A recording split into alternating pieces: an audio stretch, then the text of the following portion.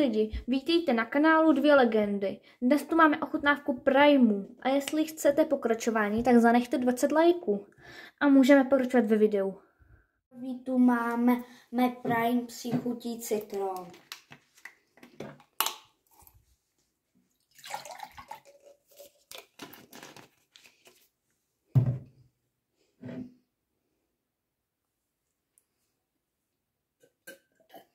Chutná to trochu jako citron a hodně toxicky.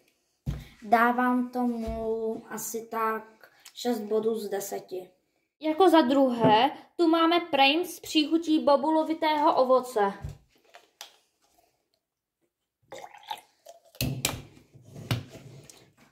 Má takovou světlejší barvu, tak ji pojďme ochutnat.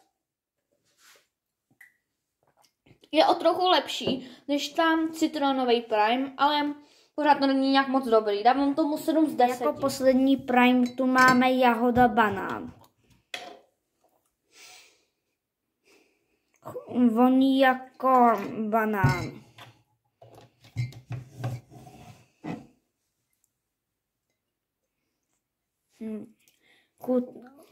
Je tam hodně cítit banán, ale trochu jahoda.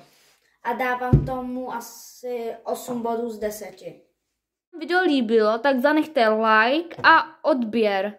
Hodně nám to pomůže k tvorbě videí. Děkujeme.